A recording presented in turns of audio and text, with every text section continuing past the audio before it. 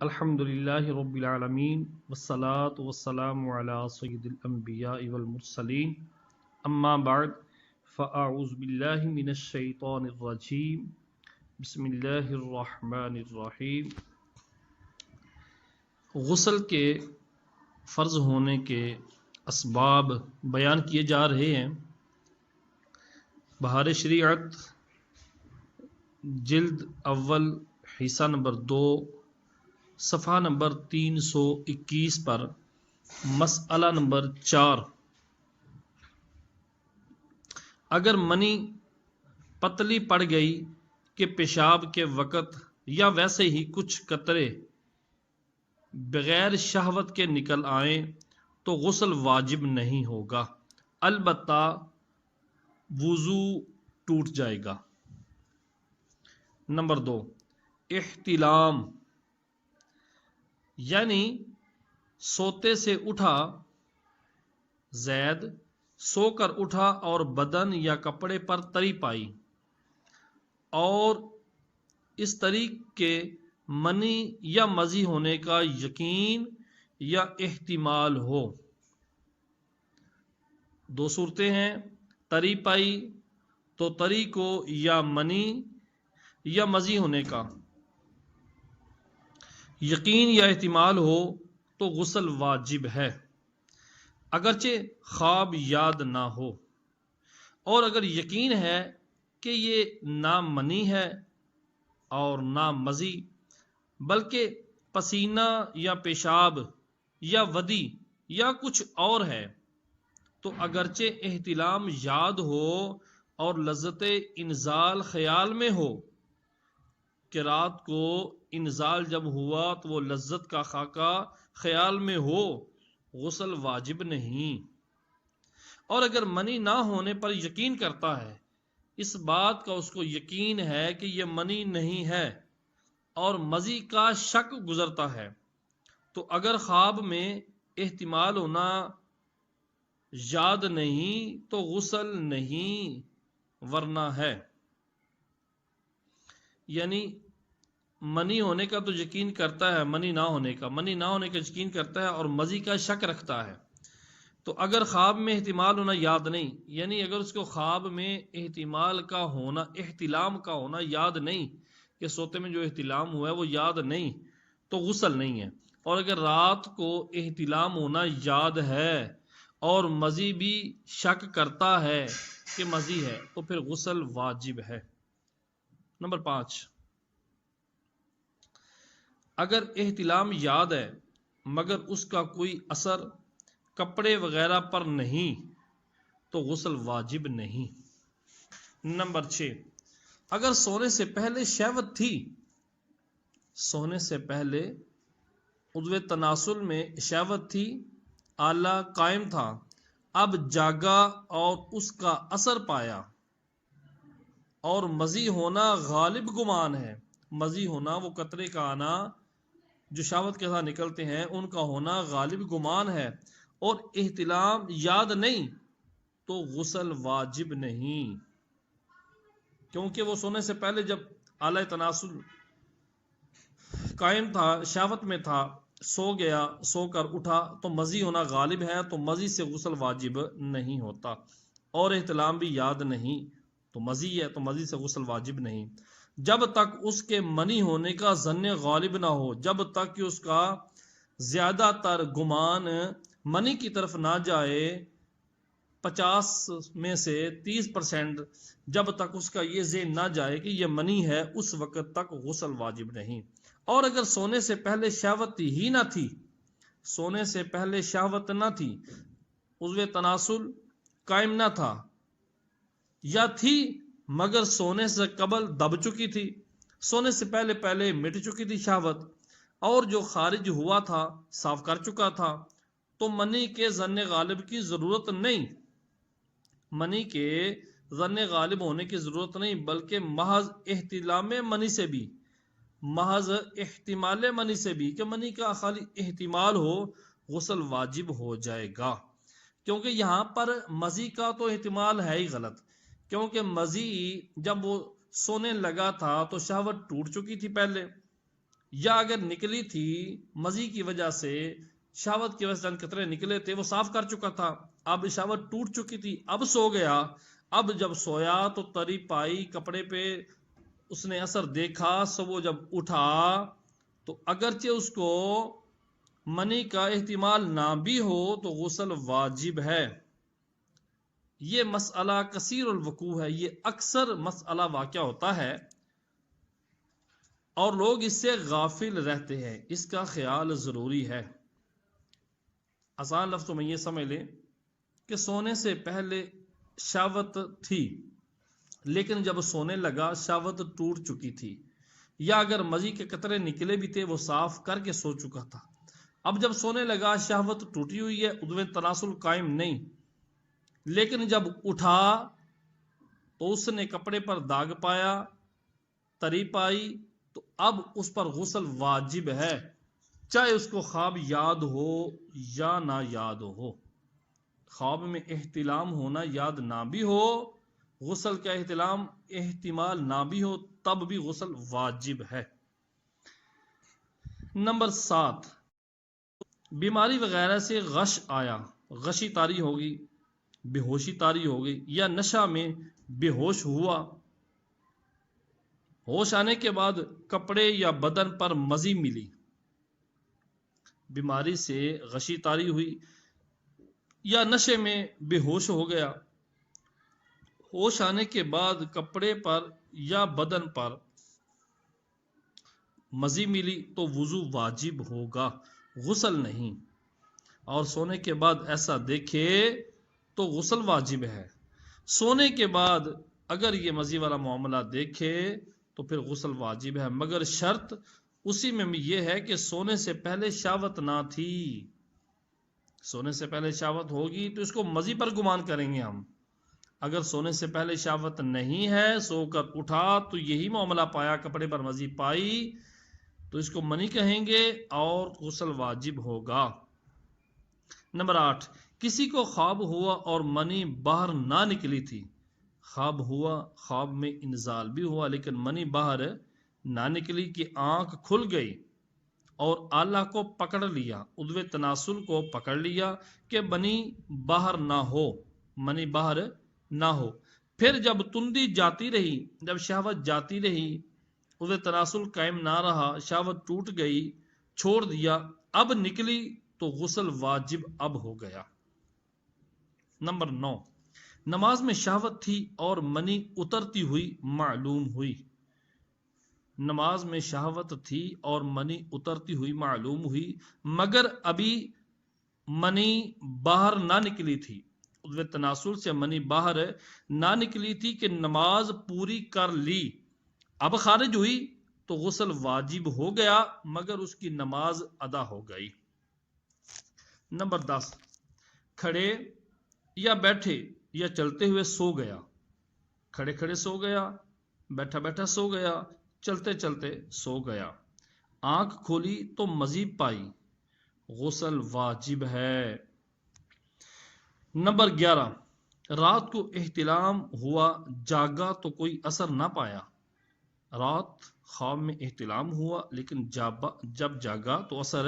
نہ پایا، وضو کر کے نماز پڑھ لی، اب اس کے بعد منی نکلی، غسل اب واجب ہوا اور وہ نماز ہو گئی۔ نمبر 12، عورت کو خواب ہوا تو جب تک منی فرج داخل سے نہ نکلے غسل واجب نہیں، عورت کو خواب ہوا، خواب میں احتلام ہوا تو جب تک منی فرج داخل سے نہ نکلے، باہر نہ نکلے، شرم گاہ جو اندرونی حصہ ہے فرج داخل، جب تک اس سے باہر نہ نکلے گی غسل واجب نہیں ہوگا۔ نمبر 13، مرد و عورت ایک چارپائی پر سوئے، بعد بیداری جب سو کر اٹھے بستر پر منی پائی گئی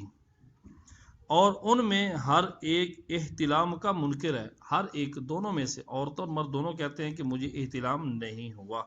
ہر ایک احتلام کا منکر ہے، احتیاط یہ ہے کہ بہرحال دونوں غسل کریں اور یہی صحیح ہے۔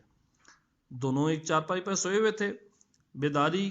جب ہوئی بستر پر منی تھی، منی کی تری تھی، اثرات تھے، اور مرد اور عورت میں سے ہر ایک اس بات کا منکر ہے کہ مجھے احتلام ہوا، تو فقہا فرماتے ہیں اس میں احتیاط یہ برتی جائے گی، ہر حال میں دونوں غسل کریں اور یہی صحیح ہے۔ نمبر 14، لڑکے کا بلوغ احتلام کے ساتھ ہوا، اس پر غسل واجب ہے۔ لڑکا جب بالغ ہوا احتلام کے ساتھ تو اب اس پر غسل واجب ہے۔ لڑکے کی بلوغت 15 سال تک ہوتی ہے، اگر کوئی نشانی علامت ظاہر ہو جائے اس طرح جیسے احتلام وغیرہ کا ہونا، 15 سال سے پہلے ہو جائے، 14 سال 14.5 سال تک، تو بالغ کے حکم میں آ جائے گا۔ لیکن اگر احتلام وغیرہ نہیں بھی ہوتا تب بھی جب لڑکا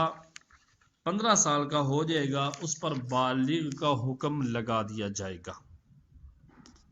نمبر 3، حشفہ یعنی سر ذکر، عضو تناسل کا سر، عورت کے آگے یا پیچھے یا مرد کے پیچھے داخل ہونا دونوں پر غسل واجب کرتا ہے، شہوت کے ساتھ ہو یا بغیر شہوت، انزال ہو یا نہ ہو، یعنی منی نکلے یا نہ نکلے، عضو تناسل کا سر ذکر کا آگے عورت کے یا پیچھے عورت کے یا مرد کے پیچھے کے مقام میں داخل ہو تو غسل واجب ہو جائے گا، چاہے شہوت کے ساتھ ہو یا بغیر شہوت کے، انزال ہو یا نہ ہو، انزال بمانا منی نکلے یا نہ نکلے،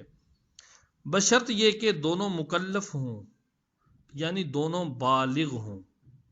اور اگر ایک بالغ ہے تو اس پر بالغ پر غسل فرض ہے، اور دوسرا نابالغ ہے تو اگرچہ نابالغ پر غسل فرض نہیں مگر اس کو بھی غسل کا حکم دیا جائے گا۔ مثلا مرد بالغ ہے اور لڑکی نابالغ، تو مرد پر غسل فرض ہے اور لڑکی نابالغہ کو بھی نہانے کا حکم دیا جائے گا، اور لڑکا نابالغ ہے اور عورت بالغہ ہے تو عورت پر غسل فرض ہے اور لڑکے کو بھی غسل کرنے کا حکم دیا جائے گا۔ نمبر 15، اگر حشفہ کاٹ ڈالا تو باقی عضو تناسل میں باقی کا اگر حشفہ کی مقدار ان مقامات میں داخل ہو گیا جب بھی وہی حکم ہے کہ غسل واجب ہو جائے گا جو حشفہ داخل ہونے کا حکم ہے۔ جی نمبر 16، اگر چوپایا یا مردہ یا ایسی چھوٹی لڑکی سے جس کی مثل سے جمع نہ کیا جا سکتا ہو، صحبت جس سے نہ کی جا سکتی ہو،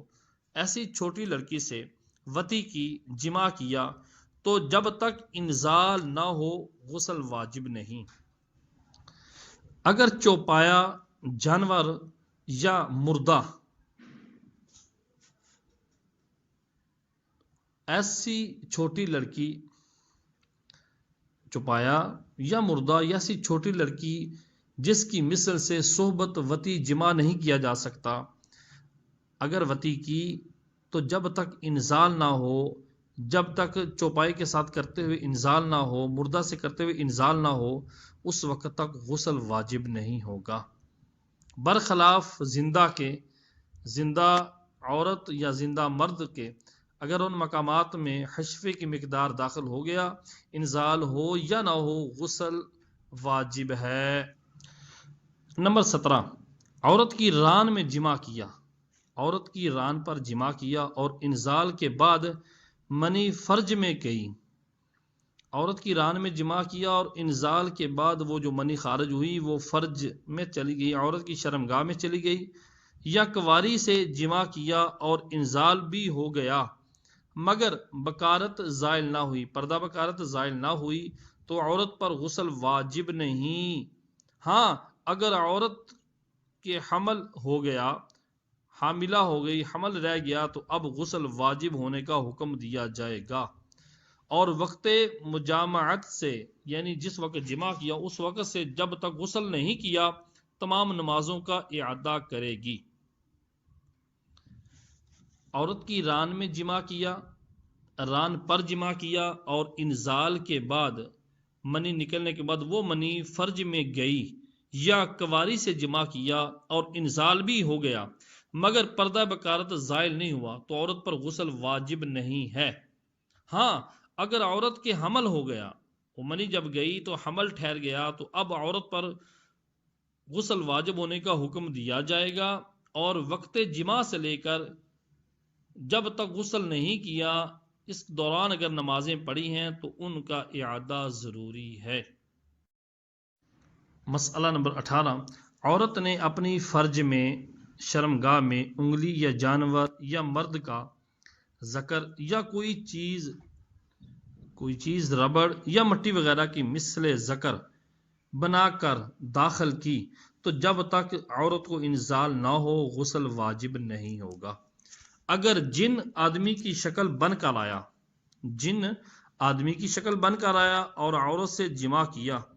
تو حشفہ کے غائب ہونے سے ہی غسل واجب ہو گیا۔ عورت کی شکل پر نہ ہو تو جب تک عورت کو انزال نہ ہو عورت پر غسل واجب نہیں۔ یوں ہی اگر مرد نے پری سے جمع کیا اور وہ اس وقت انسانی شکل میں نہیں، بغیر انزال غسل واجب نہ ہوگا، اور شکل انسانی میں ہے تو صرف غیبت حشفہ، خالی حشفہ کے غائب ہونے سے ہی غسل واجب ہو جائے گا۔ نمبر 19، غسل جمع کے غسل کے بعد عورت کے بدن سے مرد کی بقیہ منی نکلی تو اس سے غسل واجب نہ ہوگا، البتہ وضو جاتا رہے گا۔ فائدہ، ان تینوں وجوہ سے جس پر نہانا فرض ہے اس کو جنب اور ان اسباب کو جنابت کہتے ہیں۔ حیض سے فارغ ہونا غسل کو واجب کرتا ہے۔ نفاس کا ختم ہونا غسل کو واجب کرتا ہے۔ مسئلہ نمبر 20، بچہ پیدا ہوا اور خون بالکل نہ آیا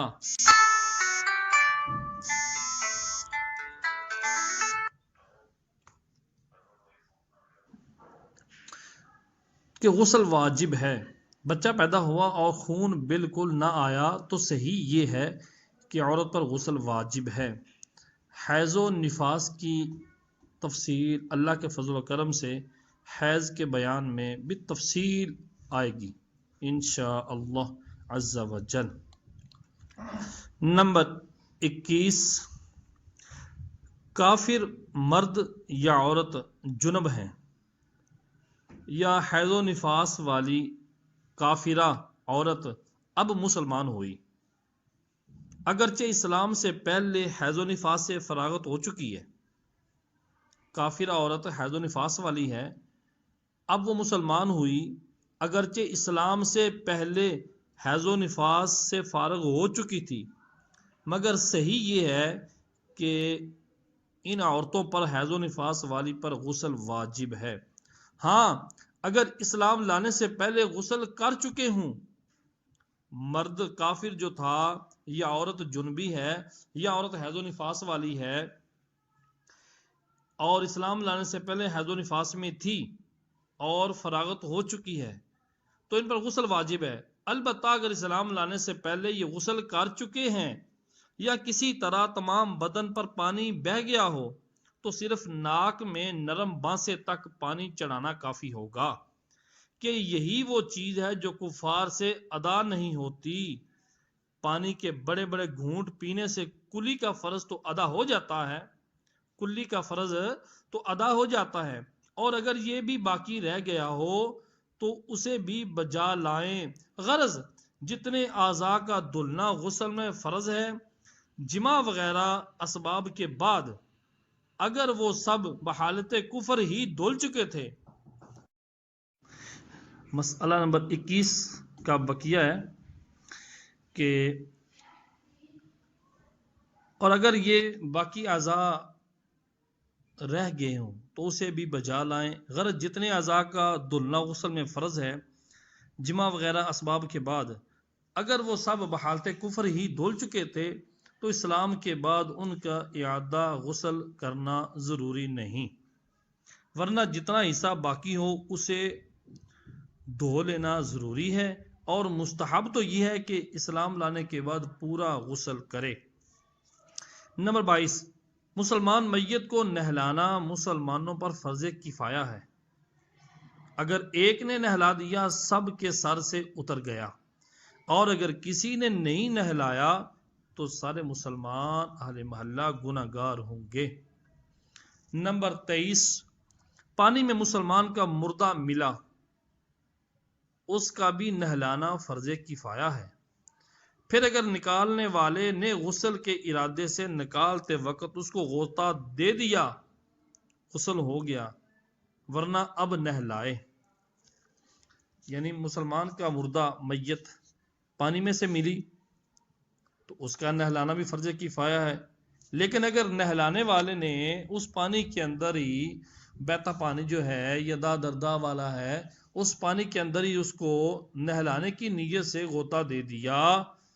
تو اس کا بھی غسل ادا ہو گیا،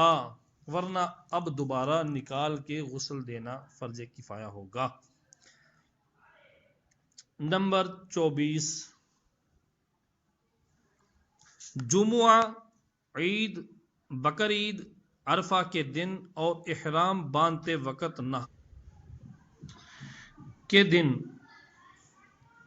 یعنی جمعہ، عید، بقر عید، عرفہ کے دن اور احرام باندھتے وقت نہانا سنت ہے، اور وقوف عرفات و وقوف مزدلفہ و حاضری حرم و حاضری سرکار اعظم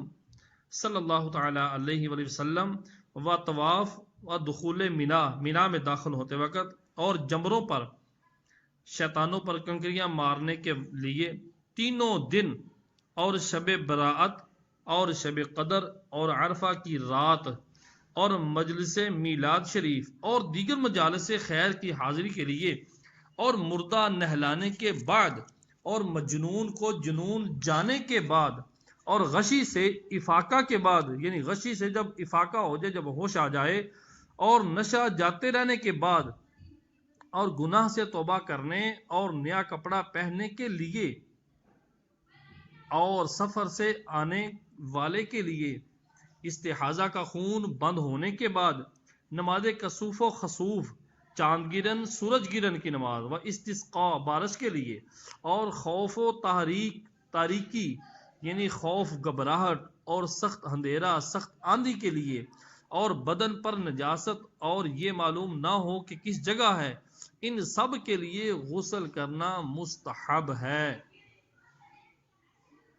نمبر 25، حج کرنے والے پر 10ویں ذی الحج کو 5 غسل ہیں۔ نمبر 1، وقوف مزدلفہ کا۔ نمبر 2، دخول مینا میں داخل ہونے کے لیے۔ نمبر 3، جمرہ پر کنکریاں مارنے کے لیے۔ نمبر 4، دخول مکہ میں داخل ہونے کے لیے۔ نمبر 5، طواف، جبکہ یہ 3 پچھلی باتیں بھی 10ویں ہی کو کرے، اور جمعہ کا دن ہے تو غسل جمعہ بھی، یوں ہی اگر عرفہ یا عید جمعے کے دن پڑے تو یہاں والوں پر 2 غسل ہوں گے۔ مسئلہ، جس پر چند غسل ہوں، جیسے کہ بیان ہو چکے ہیں یہ 5 غسل ایک بندے پر، جس پر چند غسل ہوں، سب کی نیت سے ایک غسل کر لیا، سب ادا ہو گئے، سب کا ثواب پائے گا۔ نمبر 27، عورت جنبی ہو اور ابھی غسل نہیں کیا تھا کہ حیض شروع ہو گیا تو چاہے اب نہا لے یا بعد حیض ختم ہونے کے، اب نہا لے لیکن اب نہانے سے پاک تو نہیں ہوگی، تو چاہے حیض ختم ہونے کے بعد نہا لے، اس وقت تو نہانا ویسے ہی ضروری ہے۔ جی، مسئلہ نمبر 29، 28، جنب نے جمعہ یا عید کے دن غسل جنابت کیا اور جمعہ اور عید وغیرہ کی نیت بھی کر لی، سب ادا ہو گئے، اگر اسی غسل سے جمعہ اور عید کی نماز ادا کر لے تو سب ادا ہو گئی، نیت کا ثواب سب کا ملے گا۔ نمبر 29، عورت کو نہانے یا وضو کے لیے پانی مول لینا پڑے، خریدنا پڑے، تو اس کی قیمت شوہر کے ذمہ ہے، بشرط یہ کہ غسل و وضو واجب ہوں یا بدن سے میل دور کرنے کے لیے نہائے، تو اس کے نہانے کے لیے جو پانی خریدنا ہے وہ شوہر پر لازمی اور ضروری ہے۔ نمبر 30، جس پر غسل واجب ہے اسے چاہیے کہ نہانے میں تاخیر نہ کرے۔ حدیث میں ہے جس گھر میں جنب ہو اس میں رحمت کے فرشتے نہیں آتے، اور اگر اتنی دیر کر چکا کہ نماز کا آخری وقت آ گیا تو اب فوراً نہانا فرض ہے۔ اب تاخیر کرے گا تو گناہ گار ہوگا، اور کھانا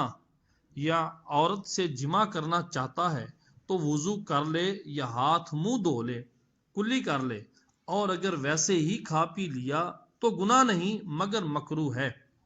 اور محتاجی لاتا ہے، اور بے نہائے یا بے وضو کیے جمع کر لیا تو بھی کچھ گناہ نہیں، مگر جس کو احتلام ہوا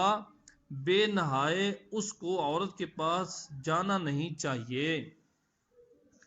نمبر 31، رمضان میں اگر رات کو جنب ہوا تو بہتر یہی ہے کہ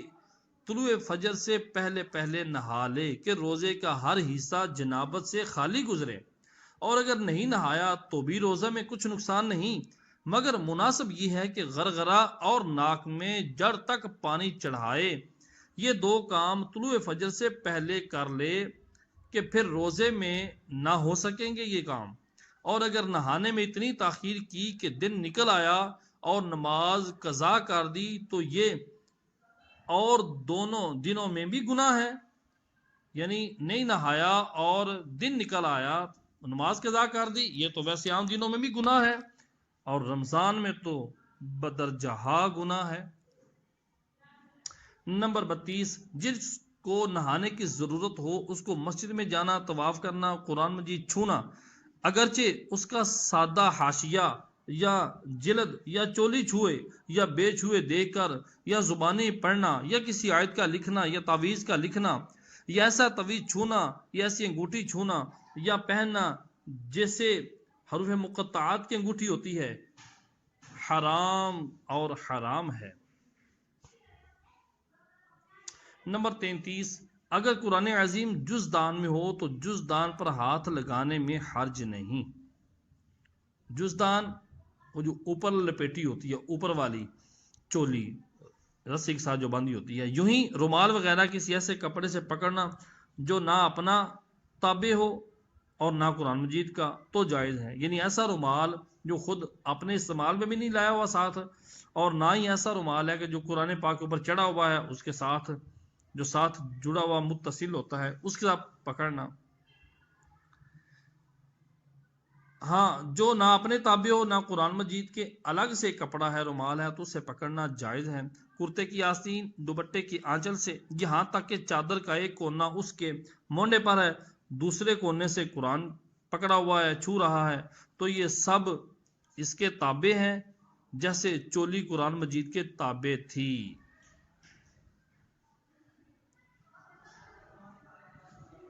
جو قرآن پاک کے ساتھ جڑی ہوئی ہے وہ چولی مراد ہے، وہ قرآن کے تابع ہے، اس کو نہیں چھو سکتے۔ نمبر 34، اگر قرآن کی آیت دعا کی نیت سے یا تبرک کے لیے پڑھے، جیسے بسم اللہ الرحمن الرحیم، یا ادائے شکر کو، یا چھین کے بعد الحمدللہ رب العالمین، یا پریشان خبر سن کر انا للہ و انا الیہ راجعون کہے، یا بنیت ثنا پوری سورۃ فاتحہ یا آیت الکرسی یا سورۃ حشر کی پچھلی 3 آیتیں واللہ الذی لا الہ الا ہو سے آخر سورت تک پڑھے، اور ان سب صورتوں میں قرآن کی نیت نہ ہو تو کچھ حرج نہیں۔ یوں ہی تینوں قل بلا لفظ قل بنیت ثنا پڑھ سکتا ہے، جو پڑھنا چاہے قل هو اللہ احد قل یا الکافرون، یہ قل والی آیا صورتیں پڑھنا چاہے تو لفظ قل کے بغیر ان کو پڑھ سکتا ہے، اور لفظ قل کے ساتھ نہیں پڑھ سکتا، اگرچہ بنیت ثنا ہی ہو، کیونکہ اس صورت میں ان کا قرآن ہونا متعین ہے۔ اگر یہ نیت کر لیتا ہے جی میری مراد قرآن پڑھنے کی نہیں ہے تو لفظ قل سے پڑھنا چاہتا ہوں، لیکن نہیں بات مانی جائے گی، کیونکہ اس کو نیت کو اس میں دخل نہیں ہے۔